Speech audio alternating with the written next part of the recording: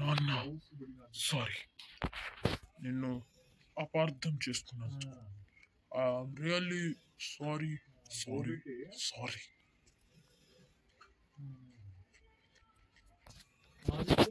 ఒకసారి నేను అనేవాడిని, ఒకసారి బల్లో దూరితే బ్లీక్లోని బుల్డోజర్ని తొక్కుతా లెఫ్టా రైటా బాట్నా ఎదిరించి చూడనా నరికేస్తాను కొట్టక్క. నాన్న నేను చెప్పేవాడిని లేదు, నాన్న నన్ను వదిలేయలేదు, నాన్న నన్ను వదిలేయలేదు. కానీ ఇప్పుడు నువ్వు బతుకున్నావు నాకు తెలీదు, నేను నిన్ను వదిలేసి వెళ్ళిపోతున్నాను.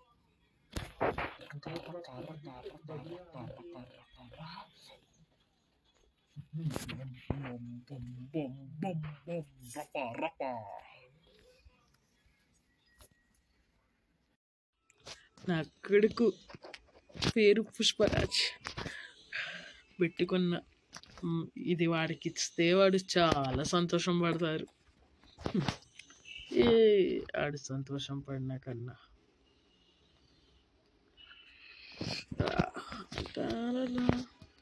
వాడు సంతోషం పడితే నాకు కూడా ఇష్టమే.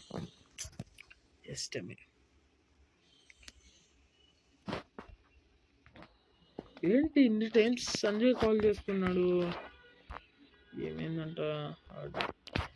సంజయ్ ఏమైంది? నాకు సూపర్ పవర్స్ వచ్చినాయి, కేశవగాడు ఇచ్చాడు. ఒకసారి పోలీస్ స్టేషన్కి రా, వస్తున్నా 5 minutes అంతే, 1 second చాలు నేను ఈ పవర్స్ యూస్ చేసి.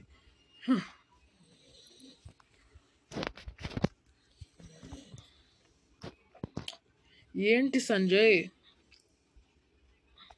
కాల్ చేసావు?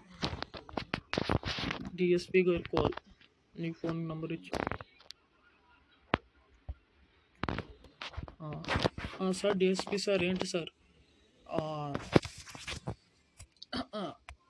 పుష్ప ఇంకా నాకు ఫీల్డ్లోకి వెళ్ళాల్సింది.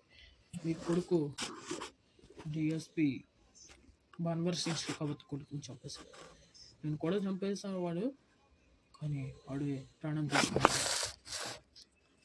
ఏంటి సార్? ఇంకా శ్రీవల్లి కూడా చంపేయండి.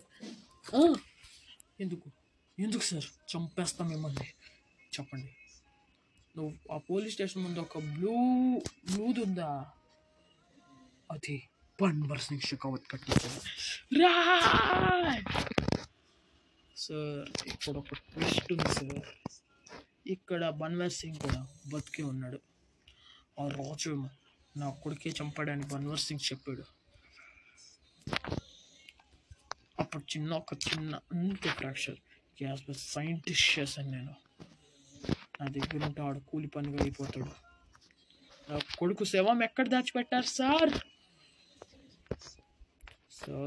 నేను మళ్ళీ అడుగుతున్నాను సార్, నా కొడుకు శవం ఎక్కడ దాచిపెట్టారు సార్?